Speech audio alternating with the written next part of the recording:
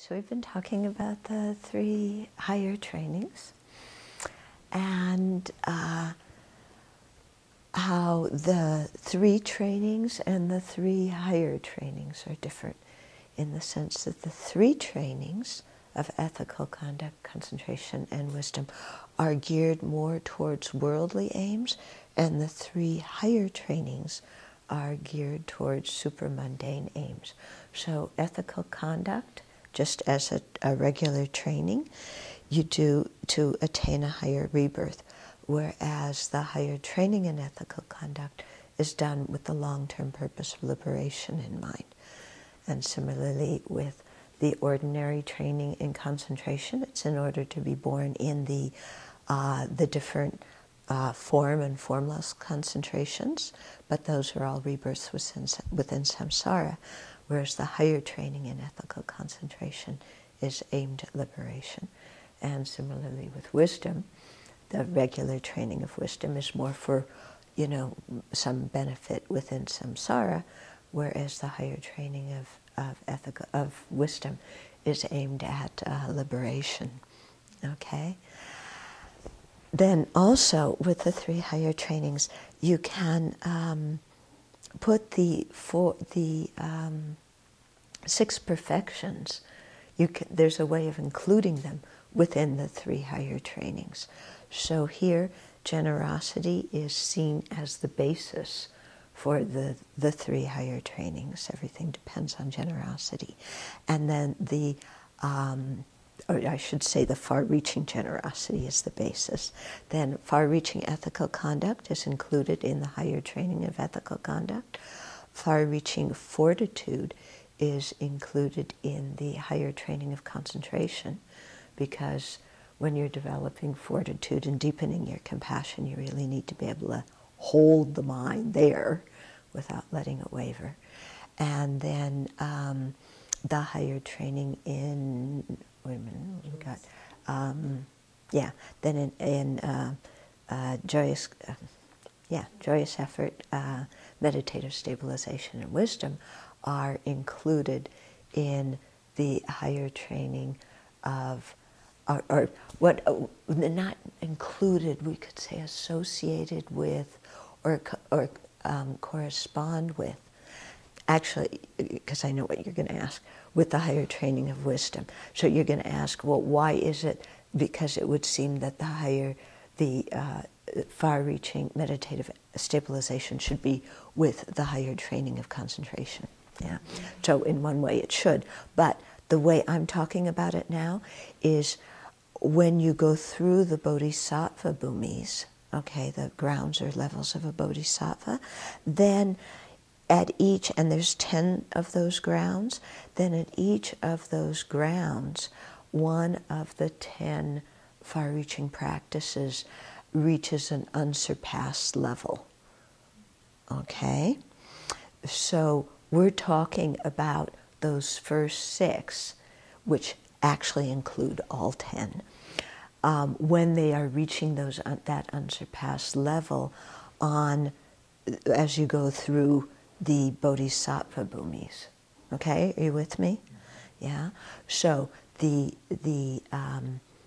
far-reaching generosity becomes unsurpassed on the first bhumi. That's correlated with, that's the basis for the three higher trainings. Then the higher training of ethical conduct is on the second bhumi, becomes surpassing. So that's correlating with the higher training of concentration. And then for the far-reaching fortitude is correlated, I'm sorry, I said concentration. The ethical discipline goes with the 2 ethical disciplines. Then the fortitude, because I'm having to say far-reaching practice of and higher training of each time, because it's different than just the ordinary ones, okay? So the far-reaching fortitude goes with the higher training and concentration. Then the far-reaching joyous effort, meditative stabilization, and wisdom, are perfected or reach unsurpassing level on the 4th, 5th, and 6th of the bodhisattva levels. And so those are correlated with the higher training in wisdom. Okay, so then why those three, fourth, fifth, and sixth bhumis, you're also developing special wisdom during them, because in the fourth bhumi you're developing the special wisdom in and facility in the 37 harmonies with enlightenment. Okay, that's on the fourth bhumi, so it's a special wisdom. That's why that's included in wisdom. Then, and that's the coarse and gross 37 harmonies. And then the coarse and gross Four Noble Truths, those are become really surpassed and perfected on the fifth bhumi, so that's included in wisdom, the higher training in wisdom. And then special understanding of the 12 links of dependent arising in forward and reverse orders is developed on the sixth bhumi, and so that's also associated with the higher training in wisdom. And that's when these three higher trainings can be explained in terms of somebody who's aiming for arhatship, but the way I just explained them right there, it's clearly for somebody who's on the bodhisattva vehicle. Okay? Did you get that? It was a lot of words, but if you just draw it out in a diagram, it's very simple. Okay?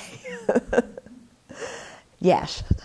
Does this mean that they don't really become higher trainings until we reach the first bhumi? That before that we're just aspiring to that? Or?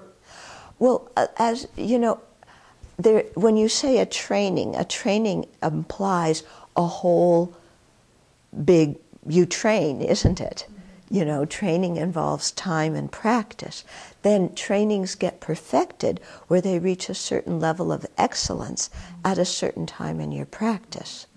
That doesn't mean that you don't practice them before that time. It doesn't mean you don't practice them after that time. It just means that at that specific bhumi or level, then they achieve a certain level of depth. So it's your motivation, not your level of attainment, that makes the difference between the three trainings and the three higher trainings? It's not only your motivation, but how you're using those trainings. Because, you know, if you're going to use, let's say, the concentration, you can use concentration just to create the immutable karma, so that you get born in that rebirth, you know, that level of form or formless absorption in your next life. Or you can use that concentration and then use it to meditate on wisdom and combine shamatha and vipassana, okay? In a transmundane way, because there's also ordinary vipassana and ordinary shamatha, okay? Yeah, so it also depends not just on your motivation, but how you use those skills that you develop. Okay.